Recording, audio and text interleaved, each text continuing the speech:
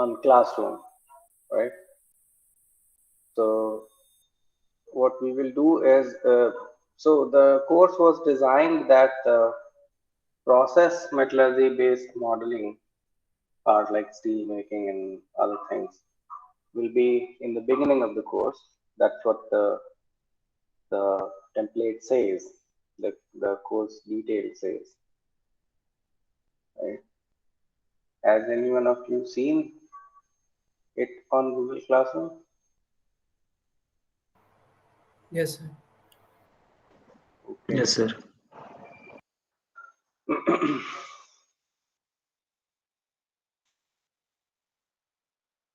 So cannot download it. Cloud convert. Okay.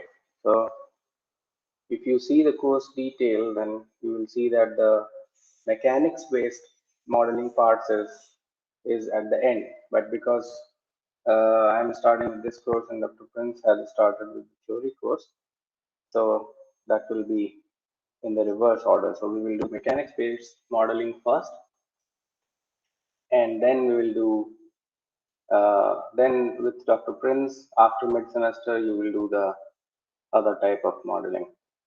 So the aim of the course is to familiarize you with the some of the commercial packages which are used in the industry and in the research lab and at various places where you need this kind of calculation, and so that it also helps you in your resume and your placements and internships.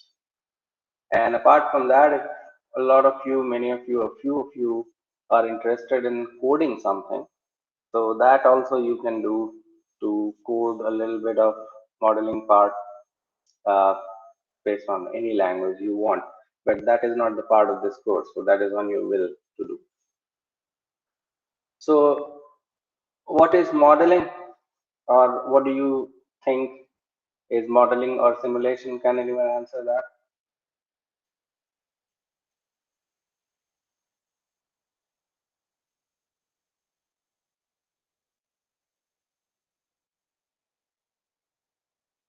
What do you think is simulation, or what do you think is modeling?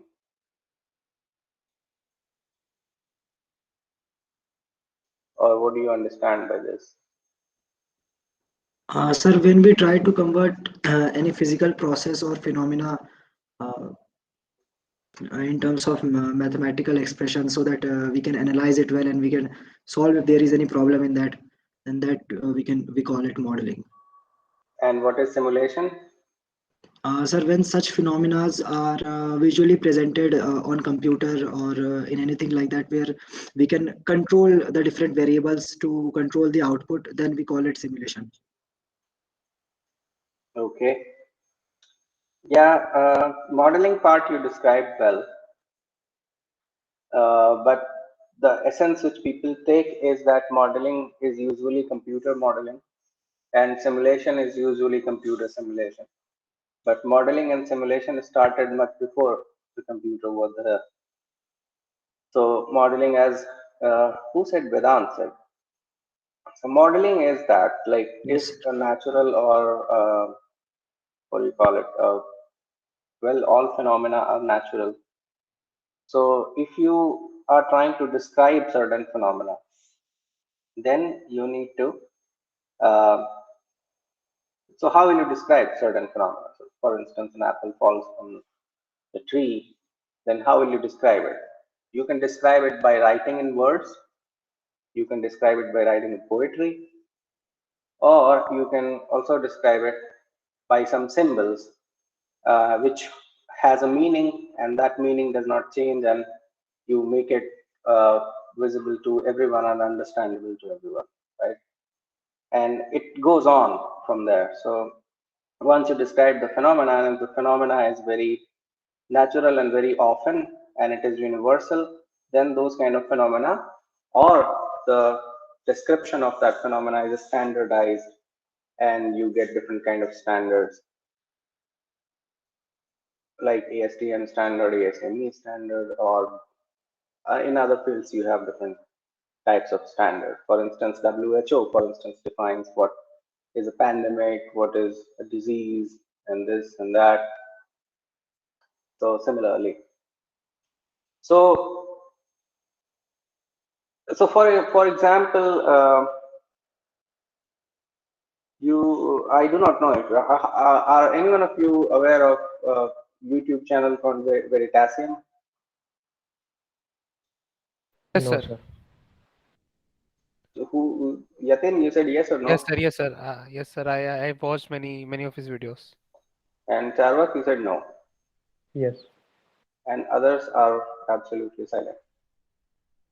Okay.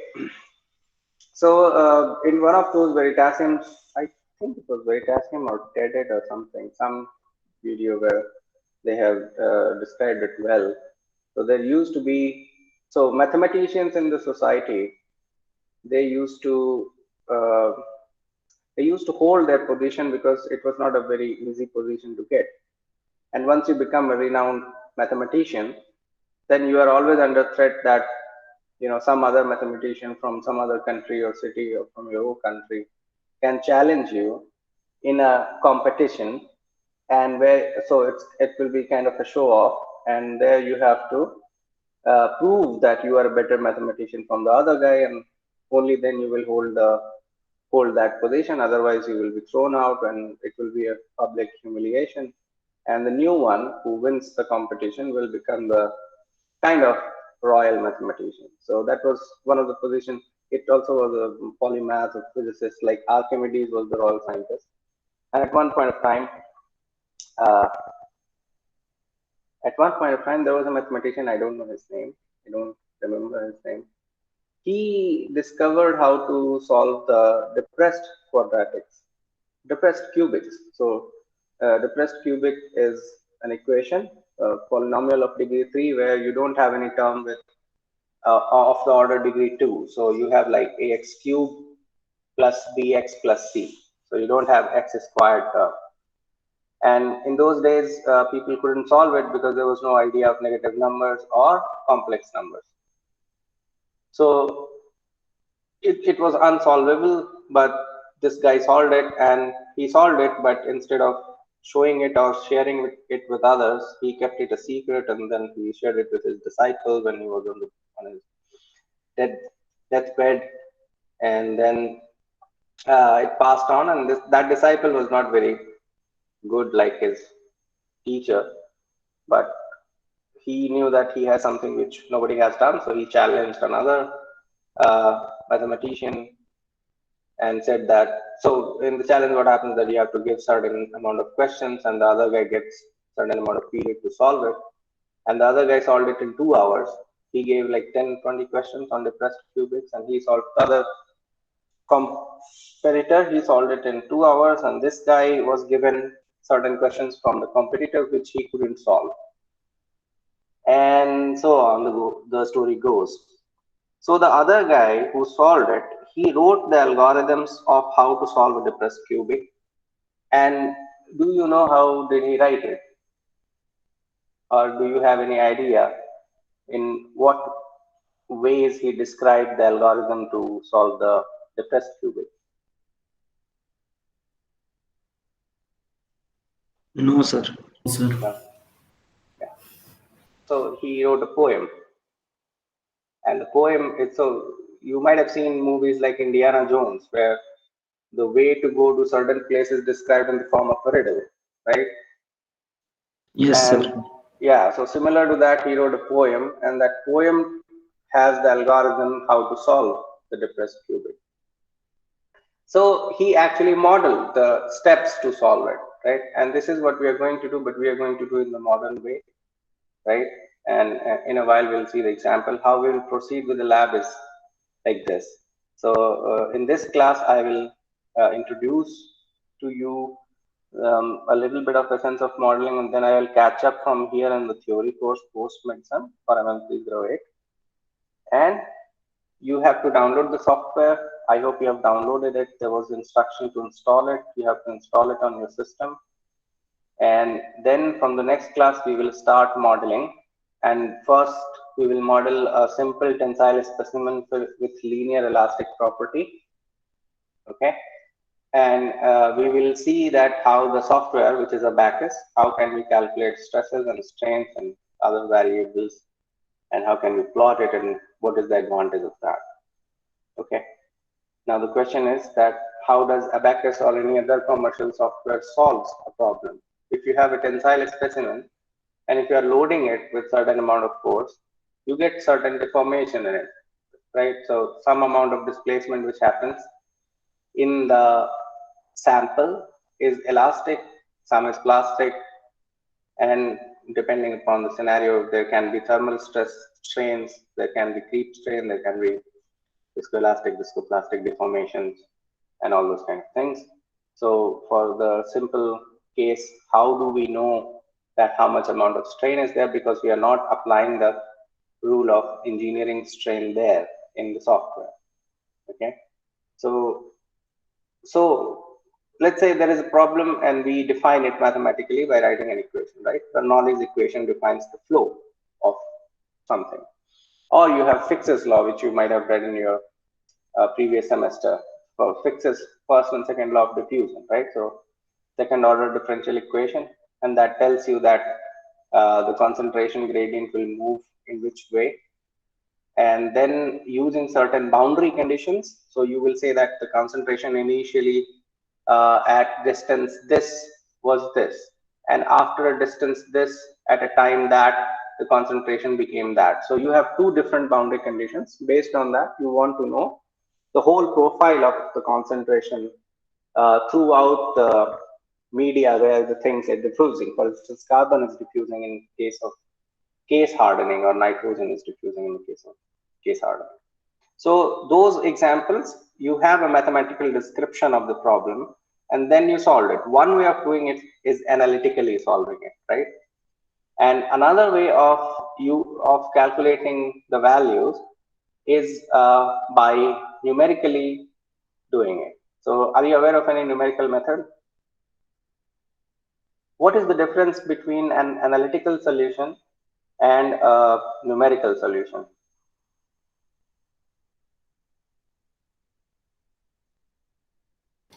Sir analytical में formula सिर्फ डाल देते हैं, numerical में पूरा solve करना पड़ता है। पर न्यूमेरिकल में भी तो फॉर्मूला ही रहता है ना, जिसको सॉल्व करोगे।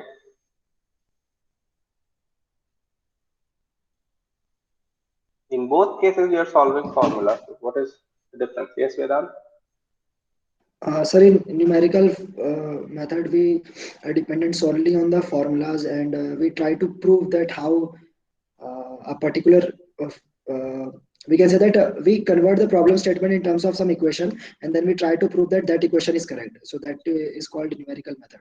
And in analytical method, we can say that we try to solve it in terms of its what should I say, what it means physically. No. The difference between analytical and numerical solution is that analytical solution and numerical solution both uses the same equation, mostly. Okay. So for instance, you have Bernoulli's equation or Fick's first law or whatever, second law, some equation is there. So for instance, you have ax cube plus bx plus c is equal to 0. This is the equation which is describing certain phenomena. Okay. And now you want to use it to find out the whole profile of y for a range of x, say from 0 to 10. Okay. So you plug in different values of x and you get the values of y. Wherever you want to calculate the value of y, you just put the value of corresponding x and you get the value of y, right? This is analytical solution. Numerical solution will break it into pieces. Why? Because numerical solution cannot give you the exact solution. It will always approximate the solution. Okay, so it will approximate something like ax cube plus bx plus c is equal to k1, right? And then it will try to decrease k1 so that it becomes negligible. So k1 you can call it as an error, and that error has to be So you can do various methods. So there are three methods. For instance, to find out the root is by sectional formulas. But there is a Sir, lot of voice disturbance. Even clearly the not voice audible. is not clear, sir. It's quite noisy. Okay. Sir, it's still the same. Okay.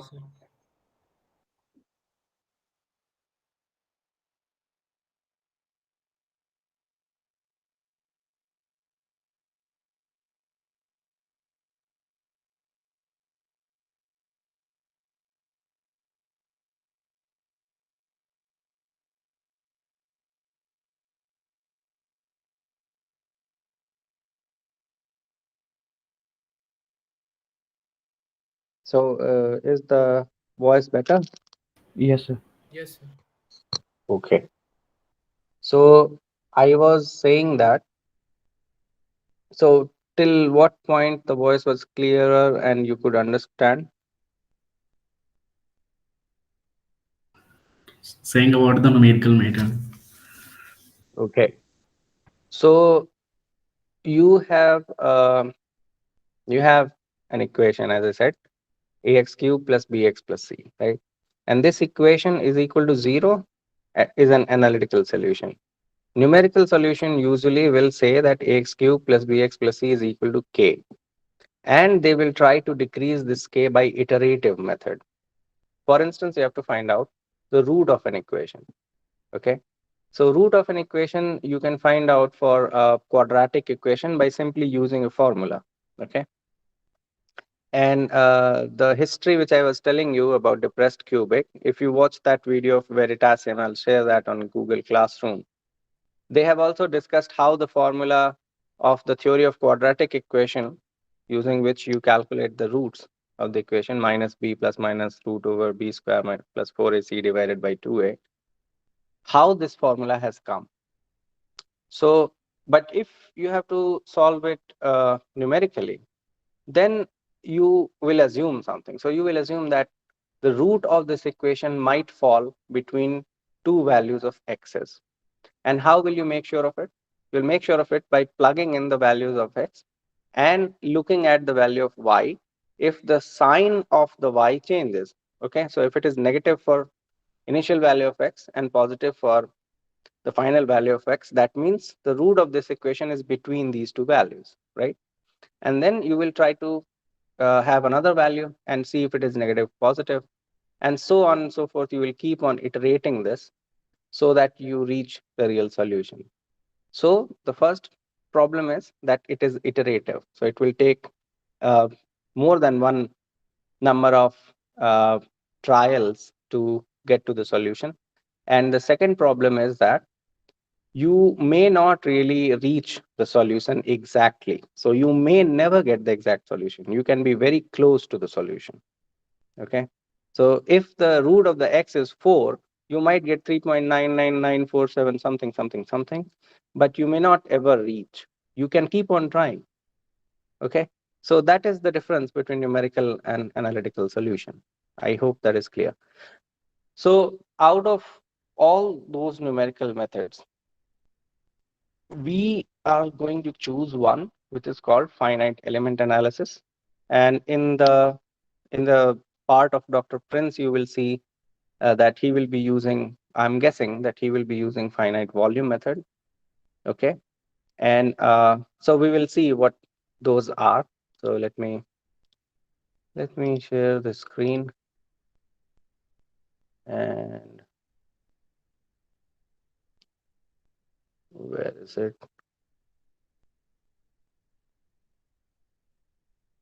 Okay. So I hope the screen is visible, right? Yes, sir. Okay. So you see the picture here, and I use the pointer. I can.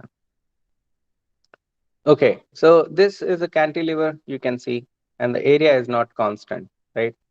So the area is constantly decreasing, and you have applied a force in x direction. So um, so that figure is not shown here, but the coordinate axis is such that the x-axis lies along the axis of this cantilever, and the y-axis is perpendicular to that. Okay, so it is shown here, x is in this direction. So in the direction of the axis of this cantilever, the force is being applied, and ignore gravity here. And here this is fixed. Okay, so this is fixed in the wall. So this cantilever cannot move in the y direction. Okay, also cannot move in the x direction. This edge cannot move in the x direction, but other material points can shift. Okay, because they can deform if you apply a force.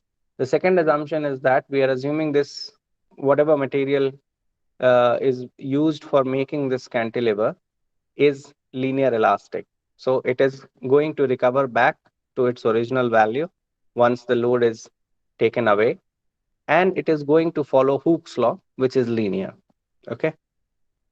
So having said that, I want you to find out an expression of area as a function of x. X is simply defining the position. Okay. So can any one of you come up with a formula of variation of area with x? Okay, so you can imagine the x to be 0 here. It starts from here, this point, and it goes to a value of LT, which is the length of this cantilever at point A. So can you tell me the variation of area as a function of x?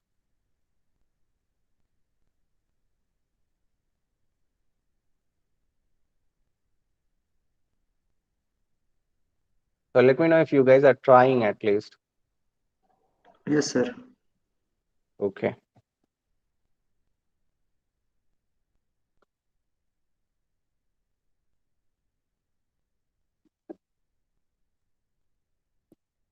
Sir, can I guess, sir? No, why do you have to guess? You can simply calculate. You Okay, can't? sir. Can I say, sir? My assumption. Yeah. My assumption. Yeah. Sir, 6a into x upon LT equals to required area at any location. 6a up 6 what? Say it again.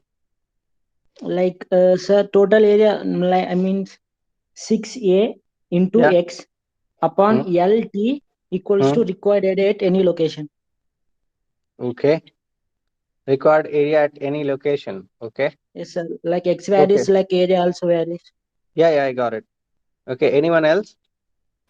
Sir 7a into LT minus x by LT का whole square 7a then into LT minus x by LT whole square. is equal to a. No, इतना into 7a. Yeah, that is equal to area at any point of x value. Yes, sir. Okay. Okay. Anyone else?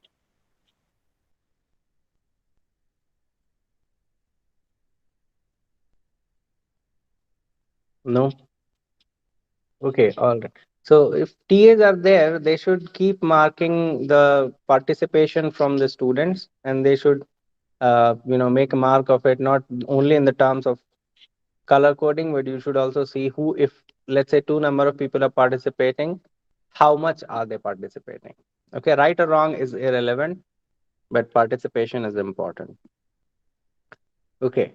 Okay, sir. So and any point of time during the class of this lab, because till mid-sem I'm going to take this lab only.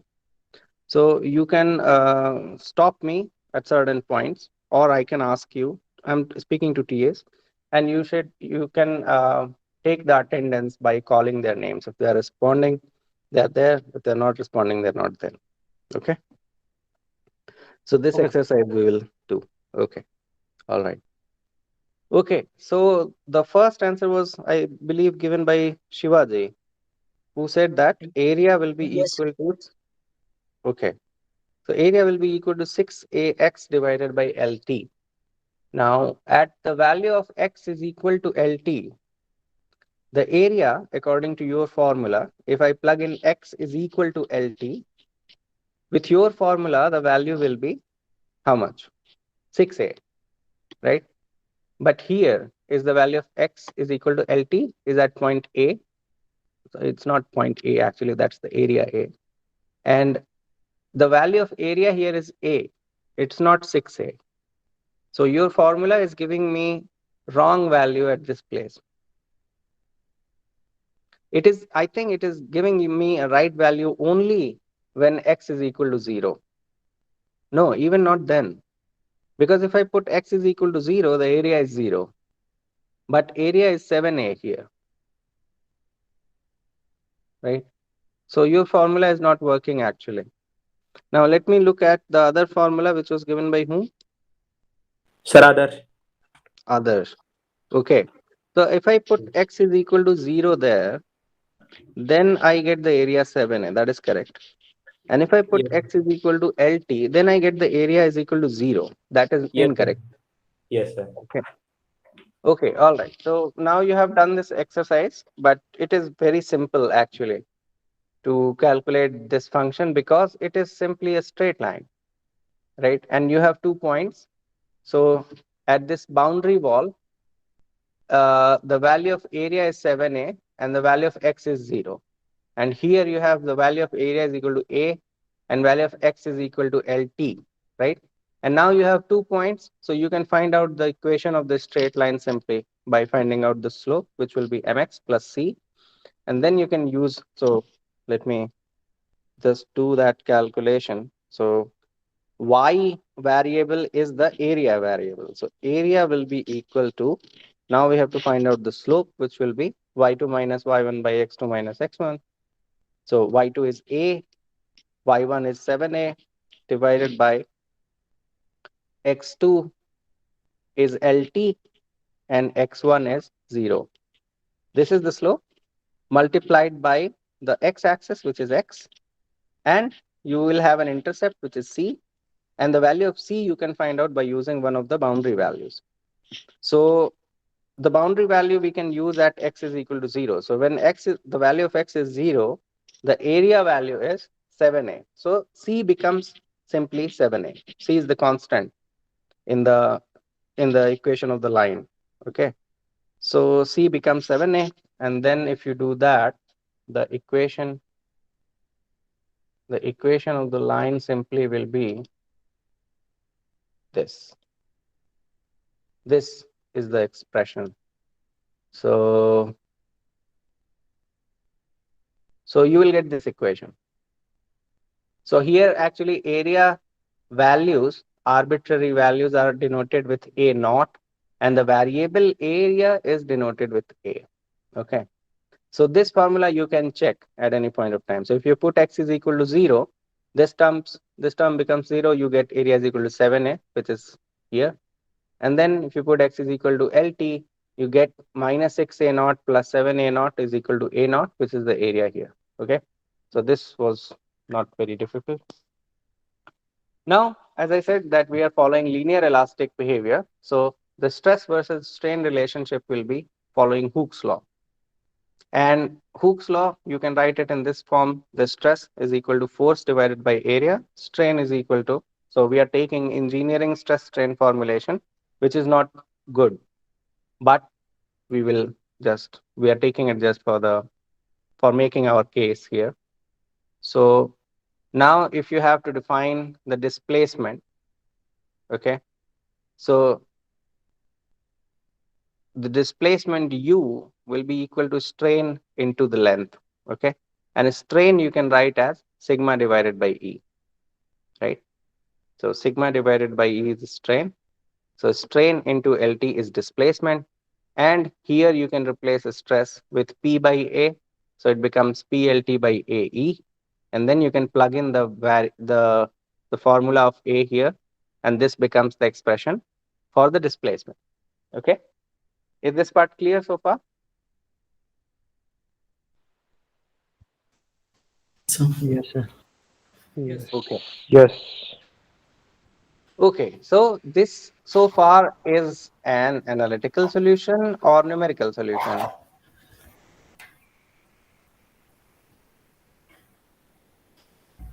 What kind of solution is this? The problem we are trying to address is we have to find out the displacement as a function of x. it's Okay, really an analytical solution. right. So this, yeah, so this is an analytical solution. There is no scope of error here. And whatever value of displacement you want to find out at any position, you just plug in the value of x, you will find out the value of u. Okay. And you can plot it and it looks like this. Okay. Now let us come back to a very not so correct formulation. So it is an example of finite element method, but in a very, very crude way. So the whole cantilever, now we have assumed, so we are representing that with three different divisions, three different partitions. Okay. So we have divided this cantilever into three different parts. So at this node, the area is 7a, and node number 2, the area is 5a. Okay. And the value between is 6a. So 7a, 6a, 5a, 4a, 3a, 2a, 1a. Okay. This is how we have discretized it. Okay. You should remember this term, which is called discretization, because we are making a fluid variable, which is area, non-fluid. So we are actually assigning discrete values at different locations. Okay. And we are dividing it in three different parts, and we will call these three parts as three different elements. Okay. So at any point between an element, so let us take the first element, which is defined, or the boundaries of this first element is defined by node number 1 and node number 2. Okay. So in this element, if at any point of time, if I want to describe the displacement, I can use this formula. Okay.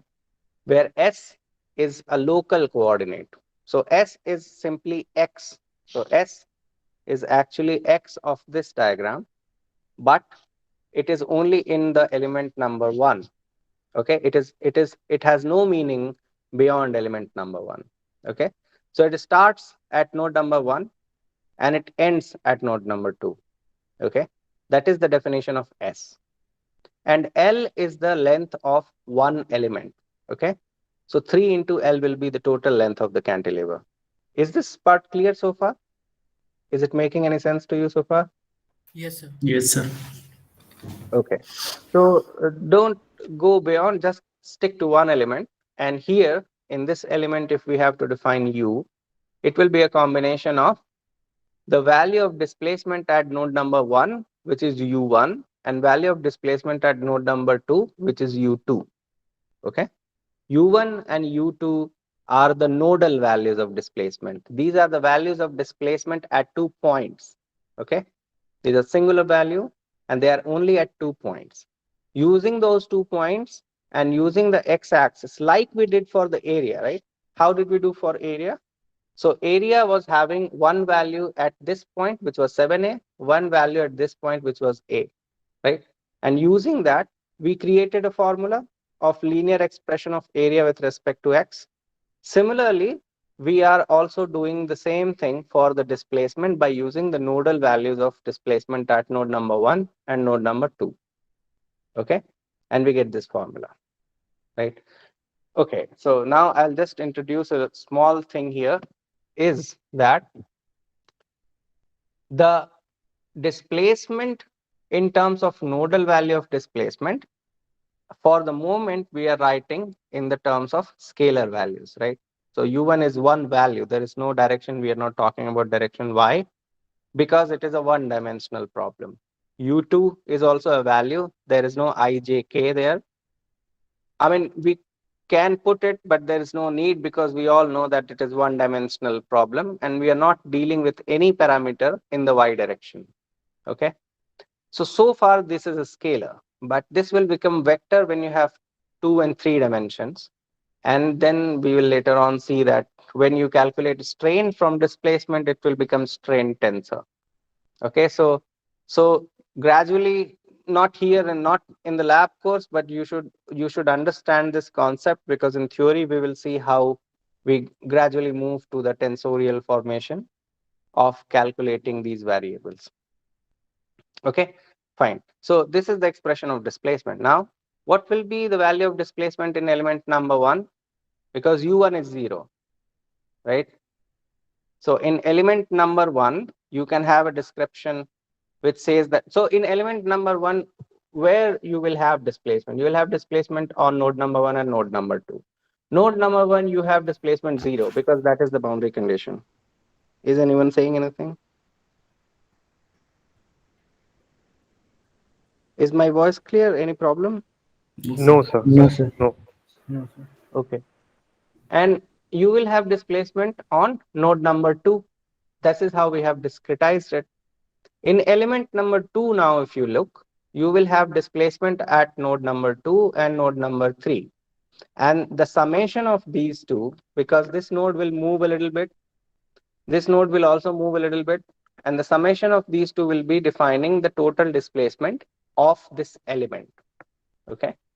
And similarly, for element 3, you will have displacement at node number 3 and node number 4, and that will be that. Okay. Now, if we have to calculate stress in element 1, so here it is wrong, should be 2, 3, and 3, 4. So if you have to calculate stress in node number 1, if you remember this formula of calculating stress, then this is strain. Okay, strain in element number 1. U2 is the strain in element number 1. U2 divided by L, U2 divided by L is the strain. And because you're following Hooke's law, so strain into elastic modulus will give you stress. Okay, so you have a stress value in element 1, you have stress value in element 2, stress value in element 3. Okay, and based on the displacements, you have the formula for the strain and corresponding stress. Now, how do you calculate displacement? U1 displacement is 0. U2, if you want to find out the displacement, you will have to apply the force value, and L is the length of this element, okay, divided by the area 5A, which is number 2, and 1 by E will come in the calculation of displacement. If you remember this formula, where is it? Here. So here 1 by E will come. Okay, so we are actually using this formula. So as I said, numerical calculation is also using the formula only, but at discrete points. So this is how you get the nodal values of displacement by using these formulas, and then you plug in here, and then you get the stresses.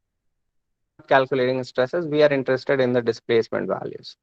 So what are we getting? We are getting displacement values at discrete points, right? So we are getting value at 1, 2, 3, and 4. And you can increase it by dividing this cantilever in 10 elements. Okay, so then you will have 11 points. And if you divide it in n, you will have n plus 1 points. So you will have displacement values at n plus 1 discrete points. You can keep on increasing those points to increase the accuracy so that you get the analytical solution like this. Okay, so we had only 4 elements, not 4 elements, 3 elements, 4 points. So if you use this one, what we have done here on this slide, then you get the value of displacement 0 at U1. At U2, you get certain value, U3, you get certain value, U4, you get certain value. And between U3 and U4 and corresponding and adjacent values, you have linear interpolation. Okay, and you can see that how it is matching or not matching with the analytical solution. And then if you do the same calculation using 10 elements, you see that it becomes a little more closer to the analytical solution. And you can keep on increasing this. You can make 20 elements, 200 elements, and as much amount of discretization you do, you will be coming very closer to the accuracy, but you will never exactly match the analytical solution. You can be astonishingly closer to the value, so that there is actually no difference between analytical and numerical value, but still there will be. It will never be exact, and you know why it will never be exact, because in a continuum you can create infinite amount of points, right? there is a paradox which is called Baran-Tarski paradox, which says that if you describe a sphere with certain number of points, so out of one sphere you can create four spheres, and still that sphere will remain as it is, because you are taking finite value of points from an infinite pool. Okay, so it is never going to get empty. So similar to that, uh, unless you create infinite number of elements, you will never get the analytical solution. Okay, so this is the essence of what we will do. This is the essence of the approach which we will apply, and how we will do it. We will do it with the graphical user interface, and I'll just show a little bit uh, on that software also. So far, anyone has any question? No, sir. No, sir. Okay, so you should install this software. This is how it looks like, and you can see the whole screen, right? Yes, sir. Okay, so I will just create a new database, and okay. So the basic idea is that you have a tree here, right? You can see. Can you see it? Can you see everything here? Please zoom. Zoom. That is not possible, I think. Anyways, but make it smaller. That's also not gonna do anything. No, not gonna zoom. Okay, so I'll tell you what it is. And once you install the software, you can have a look. So can you not stretch your screen, but you are on your computers or you're on your phones? On computer, sir. On computers. Okay, fine, fine. So how can we do it? I don't think we can increase the font of this, but maybe I can change the resolution of the computer. Sir, we can do in laptop. You can do it in laptop. Will changing the resolution change the size of the text app? Blah blah blah. If I do it 200%, what happens? Something happens or not? So where is my? Yeah, things have been bigger, but it's still changing. So now, where is my abacus? It's gone. Where is it? Might have been on the next part. Yeah. So now I think, can you see things now? Sir. Yeah. Yes, sir. Okay. So this is how this guy looks like, and this is similar to, I believe, other softwares. So you can follow this tree. We will follow this tree, or we can follow the same tree here, and we will see there are many things in this software. And so I'll just create a small model, and from that you can see what can be done. And we can do a lot of things, and we might not go through all of that, but in this type of experiment, what we will do, uh, we will learn a lot about the application of finite element or numerical methods like implicit algorithm or explicit algorithm and other things also. So part module, each of these are called modules. Okay, so if I go into the part module, here my aim should be to make the object on which I want to do the calculation. So for instance, I want to make the cantilever. Okay, so how do I make the cantilever? I create a part. Okay, and then where is the, oh, because of changing resolution, something has changed. Okay, it's coming. So where is the create part thing coming up?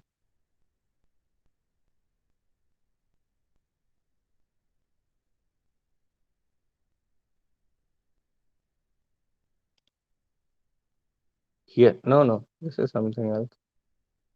Let's create part.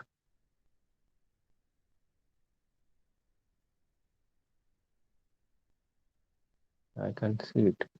Yes, sir. Yes, sir. Where? Sir, create, click, please create. Yeah, I clicked, but something comes up, but that is not coming up. So let me go back to the same resolution, or maybe smaller one. It's 200. Let me, but 125 there is no meaning. But we'll see. Yeah, I'll go to recommended 100.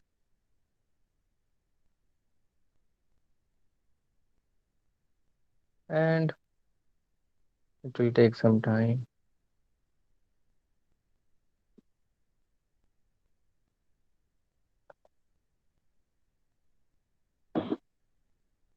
Okay. Yeah, now here it's coming here. Too far. Okay. So do you see this? Yes, sir. Okay. So here the first thing is to give the name of the part. So I'm going to do it a little faster. Okay. So I'll just write cantilever, and we are going to solve it in 2 dimension, or we can solve it in axis symmetric also. So 3 dimension, you know what is the meaning of 3 dimension. You also know what is the meaning of 2 dimension. Do you know what is the meaning of axis symmetric? Axis symmetric are those things which are symmetric around an axis. Okay. So Yes. if this cantilever beam is cylindrical, then it would be an axis symmetric problem. And if it would be trapezoidal, then it will be a 2 dimensional problem. Okay. So let us go to 2 dimensional problem. You can go to axis symmetric if you assume it to be cylindrical.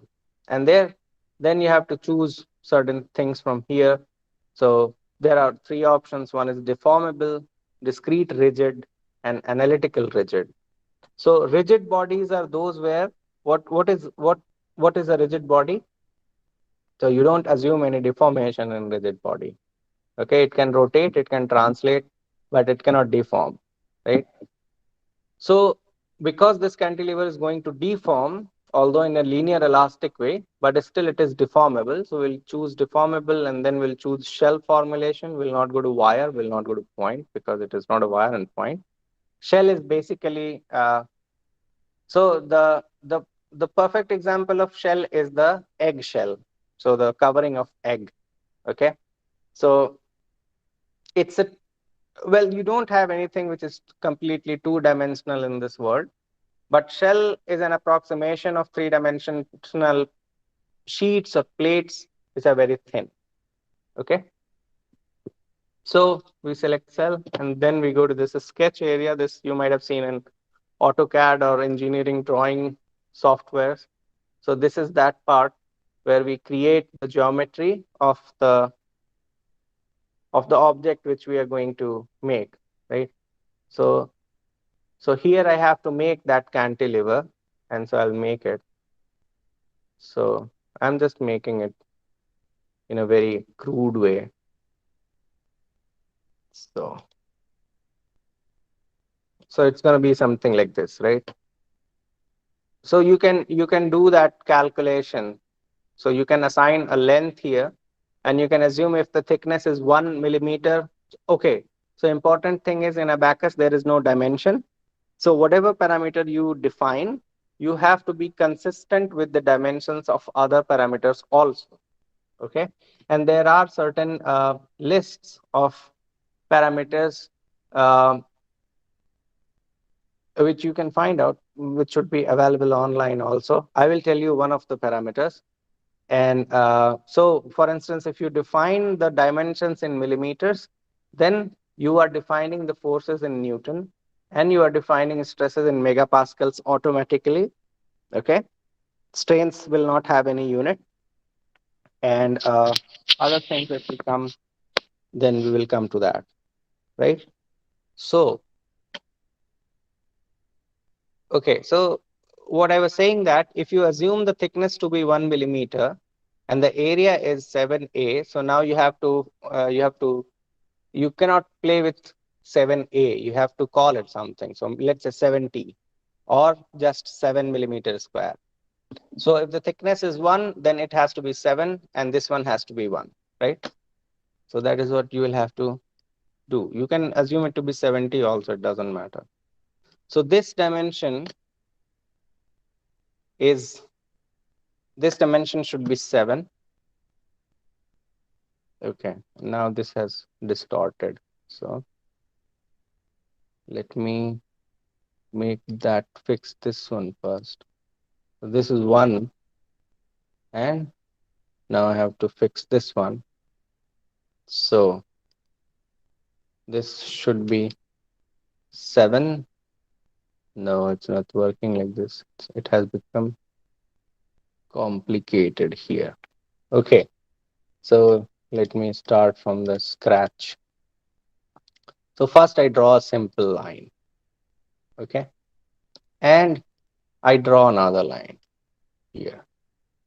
Okay, and then I say that this is 7 and then I say this is 1. Okay, and I have to have a middle point which should be same, right? So this is the middle point, and let's say this is the middle point of this, and they both should be on the same axis, but it is not. So I have to move this line a little bit up. Okay, so I have to move this one. How do I move it? By using translate function, which is this, and I take this one. I have to move, take this one, done, and then I move it from, well, so I need to know how much I have to move it. I need to know the value. From this point to this point, 0.5. I have to move it by 0.5, right? So I use this function to translate and move. I select this line to move, done. And then here it is asking for a starting position vector. So I just say simply 0, 0, and end point will be, so I have to move by 0.5 in the y direction. So it will be 0, 0.5. So this line moves. Okay. So that is done. So you see that this line has come in the middle point. I don't need this line. I have just drawn it to that the axis is being followed, and then I will just join these points. There could be a better way of making this. So now I delete this one and this one, and now this is my cantilever, okay, with a thickness of 1 millimeter. So this is in 2 dimensions. So I do this, and this is how it looks like. Okay. So I have made the part. Now I have to tell that what kind of material property will be used for calculation of stress and strain. So for that I will have to create a material. Okay. So I go to this material module. Okay, let me start it again so that you catch up. So, okay, so let me increase the resolution also again. Display setting. Let me see if at 150 it doesn't run away. So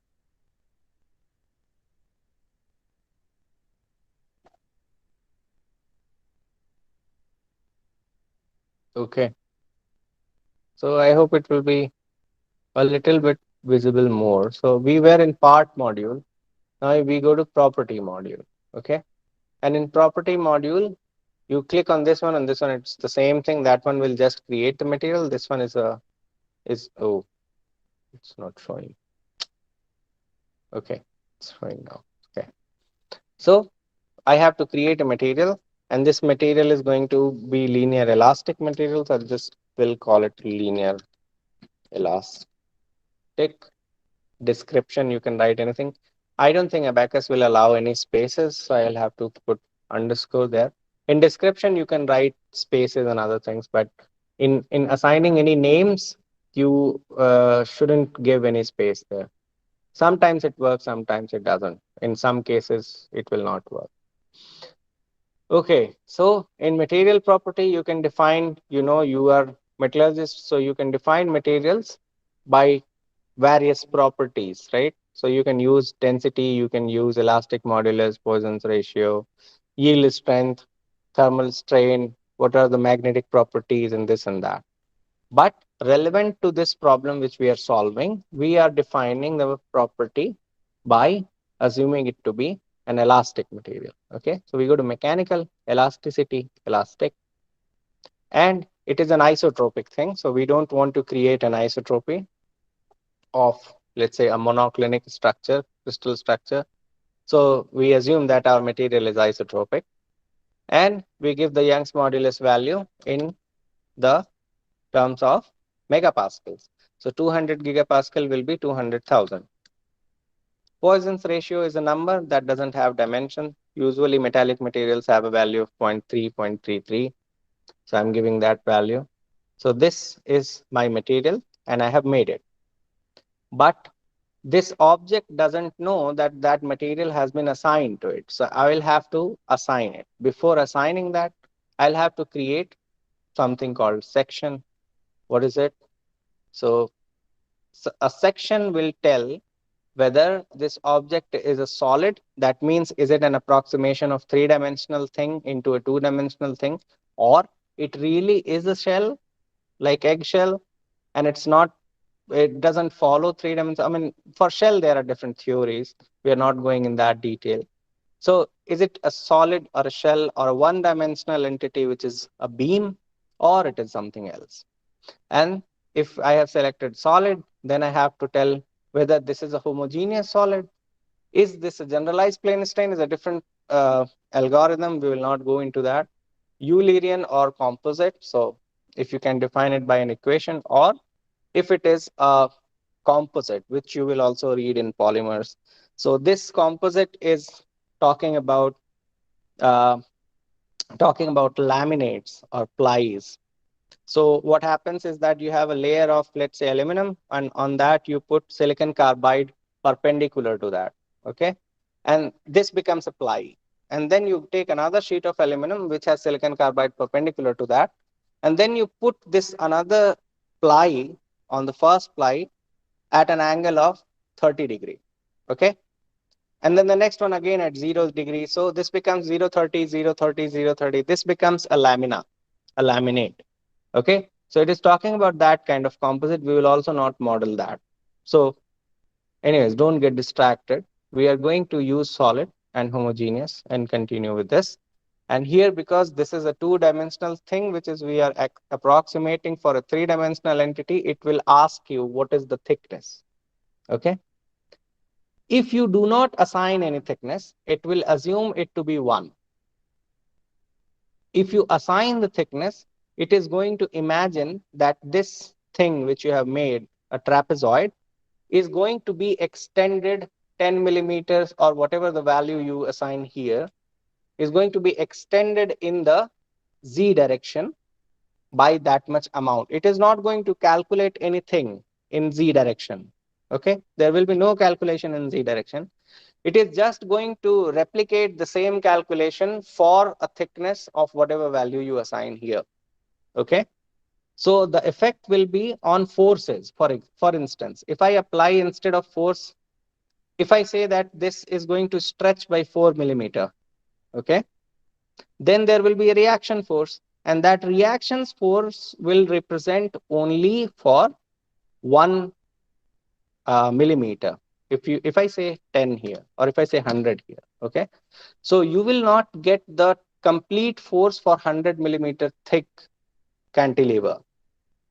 Okay, you will get the force only for one sheet of it, which is being extruded for 100 millimeter. So you'll get lesser load. No, sorry. I told you the reverse thing. If I assign 100 here, you will get the force for the 100 mm thick cantilever and not for one sheet.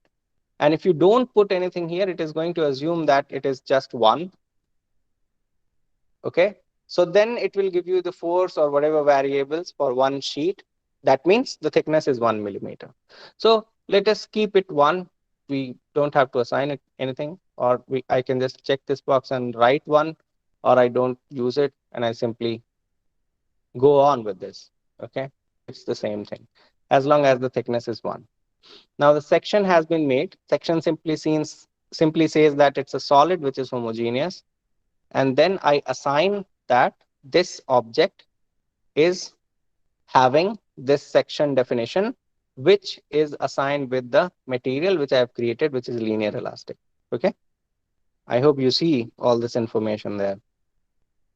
So when I click OK, it becomes green. And now I know that this trapezoid has the property of the linear elastic material, and it has also been told to this trapezoid that it is a solid and it is a homogeneous material. Okay.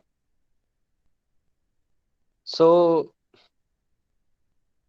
after that, there are many steps, but we will not go into that. What I want you to do is that you can take, let's say, half an hour break till 15:30 or so,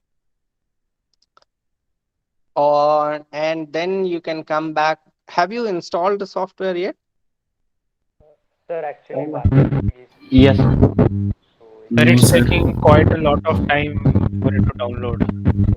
Okay. The download speed is around sir 30 to 50 kbps. Okay, okay, all right. So you download this thing on your computers, and the video is shared by Avnish on WhatsApp, right? And if you feel any difficulty, you can call him, and using any desk, you can share the screen with him, and he can help you to install the software on your computer. Okay, and once you have this computer, you start playing with whatever we have done today. Okay. And you keep on doing this for 1 week, and at the end of this week you will be writing a report on what we have done today. So this experiment, cantilever beam experiment, and you will submit it on Google Classroom. And till that time you can see this is a 2 credit course, so you have 4 hours lab, so you should use this time for doing or this software. Okay. And asking questions also. So for today, if you want to use the computers which are there in our computer lab, you can use any desk, and there you can, the software is already installed. Okay. And you can use those computers, and you can play with the software or whatever you want to do, or you can use this time to download the software on your computer and then install it. Avnish will be there, so you can call him, or you can share the screen, or whatever is easier. And then from the next week, we will be going through the whole module, and we will be coming up with the results, and those results will also come in the report from the next week's experiment. Okay. So in the next week, we will do a simple experiment on an axis-symmetric tensile specimen, and that will be linear elastic, and we will see that what happens when we apply displacement and how the strains and stresses appear in a tensile specimen. Okay. So I will stop here now. Yeah. Any questions so far?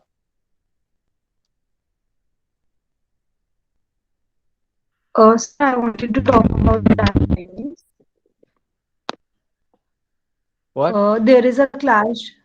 I wanted to talk about the lab timings. So there is a clash with our NSS Yeah. class. It is from 5 to 7, so 1 hour is Yeah. clashing. So can we shift the lab? Yeah. So I have spoken to Dr. Pratik, and he said that the uh, this what is this NSS? NSS also, and sir, one elective is also clashing from 2 Elective to is also 3. classing. Okay. Yes, sir, from 2 So to can 3. you directly speak to Dr. Pratik about this? Because lab class will be colliding with something else somewhere. So he knows the whole timetable. So can you request him to find a time or what to do with NSS? Yeah. Yes, sir, I'll coordinate with him. Yeah. Okay. Okay. All right. So we'll meet next week, and you have to write a report till end of this week. And we will not go into that exercise of can we submit the assignment then, there, or late, or this and that. We will not do that exercise. The deadline holds, and if you don't submit on deadline, then you will not be awarded for whatever was done or was assigned for that deadline.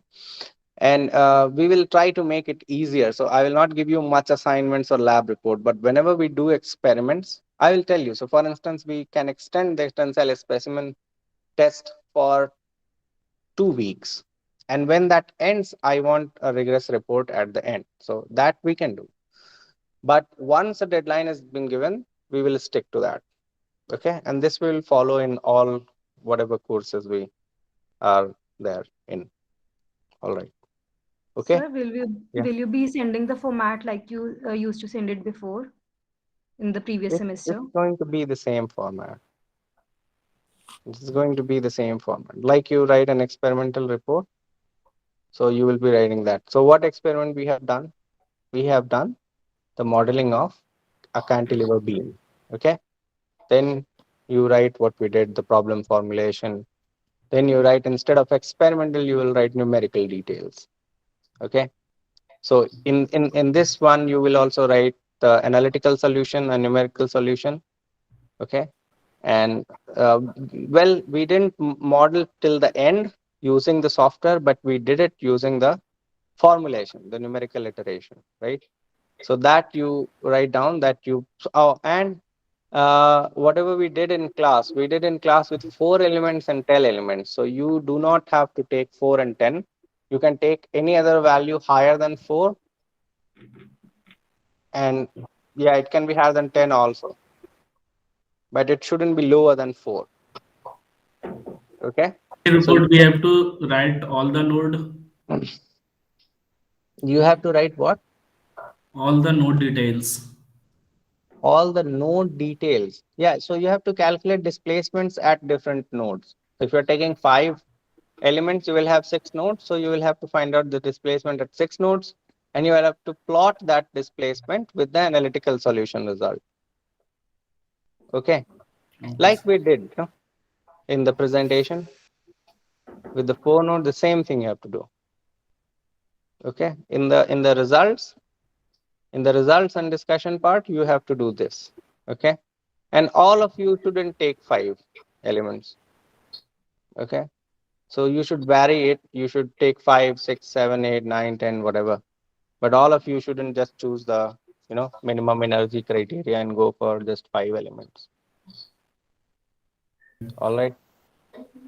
Okay, sir. Yes, Ankit. Okay, then. So we will meet then next week on Friday, or otherwise if the timing is changed. So please inform me about that also, Kanupriya. Okay. Okay, sir. Okay. All right. Bye. Thank you, sir. Thank you, sir. Thank you. Bye. Hello. Hello. So anyone if want to access of the lab, so please connect me. Okay. Sir net problem आ रहा है, बाकी install होने में कोई problem okay okay ये sir net is very slow. Okay, अगर ये डायरेक्ट एनी डे से कनेक्ट होना है तो आप कर सकते हो. Okay sir. बाकी ओके सर. प्रॉब्लम होगी तो मैसेज करना मुझे. Okay sir. Okay. Yes sir, एक दिन लगेगा. सिलेबस क्या